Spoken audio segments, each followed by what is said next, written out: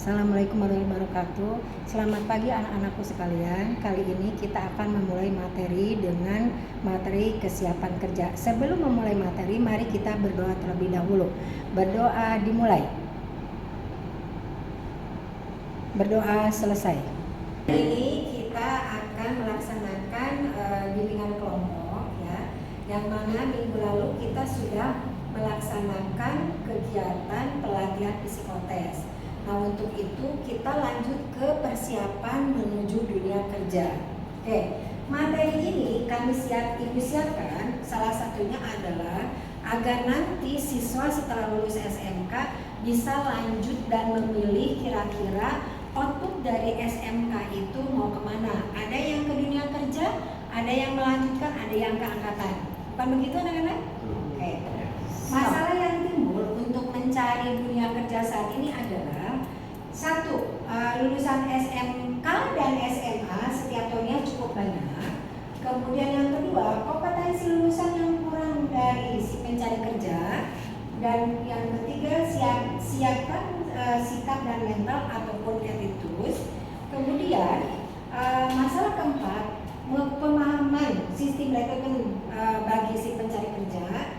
Masalah kelima, belajar hal yang baru dapat mendukung kompetensi kamu. Dan yang keenam adalah cari lowongan pekerjaan dan belajar mencari informasi. Nah, semua dari masalah yang dialami oleh siswa sekarang adalah kita memang harus sudah siap kira-kira tempat kerja kita mau di mana. Apakah kita mau belajar hal baru apa tidak? Apakah kita siap dengan attitude kita? Apakah kita sudah siap nanti untuk ditempatkan di dunia kerja ya?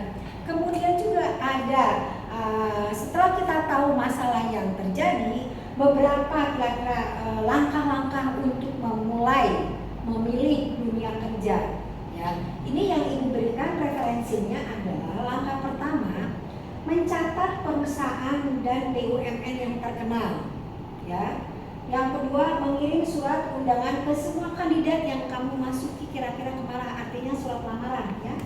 Yang ketiga, siapkan berkas surat kira-kira mau dimasukkan kemana. Siap melangkah ke dunia kerja ya. Tunjukkan bahwa kamu siap untuk ditempatkan kerja dimanapun. Ini kuncinya kalau kamu mau bekerja. Kemudian target pasar, artinya kamu harus tahu kira-kira kamu bekerja sebagai apa di dunia kerja yang mana. Kalau untuk RPL kerjanya di mana, TKR di mana, multimedia di mana, itu kamu harus tahu. Atau kamu mau keluar jalur situ pun tidak apa-apa. Oke? Ini kira-kira materi yang akan Ibu sampaikan.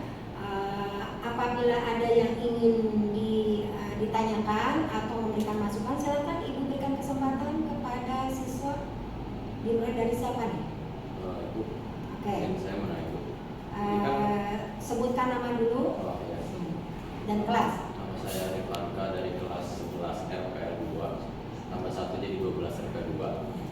Jadi kan saya mau wirausaha Bu. Kalau misalnya saya mau wirausaha tuh gimana Bu caranya? Oke, itu satu ya. Pertanyaan kedua?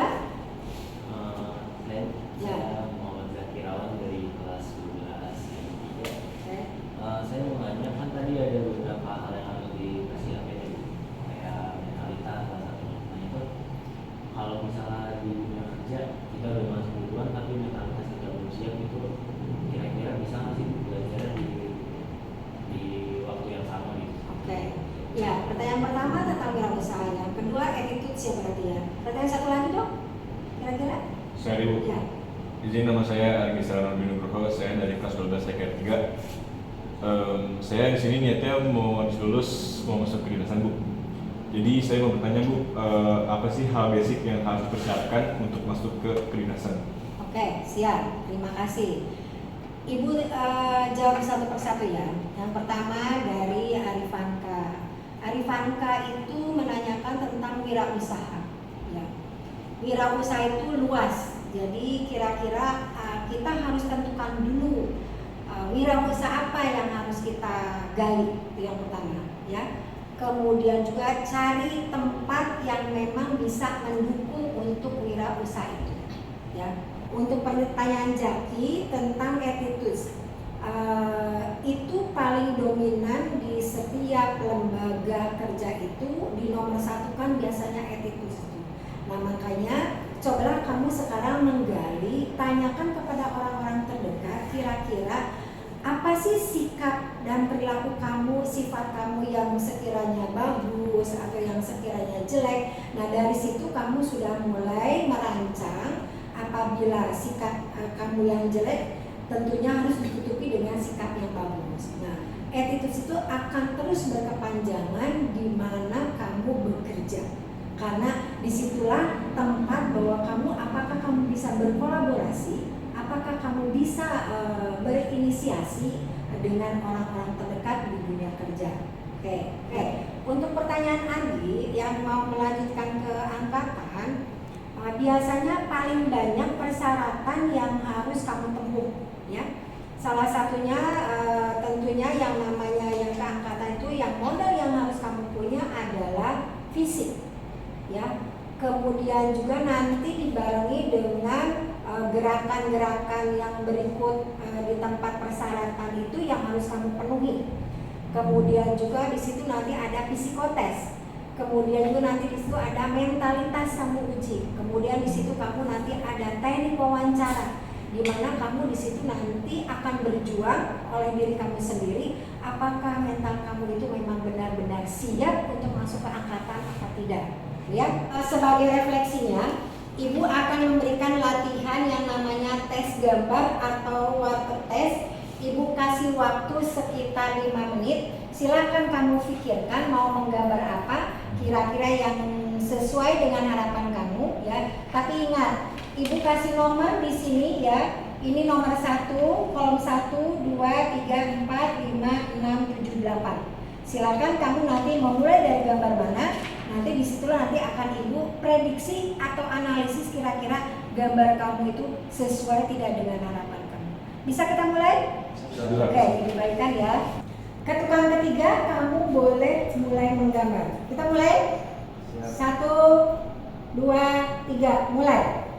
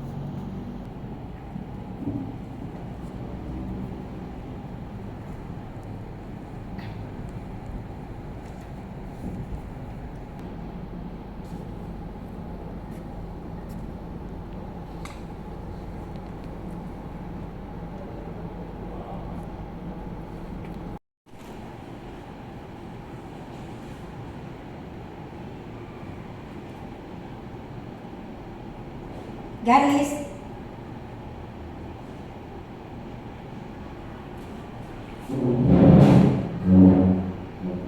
Garis.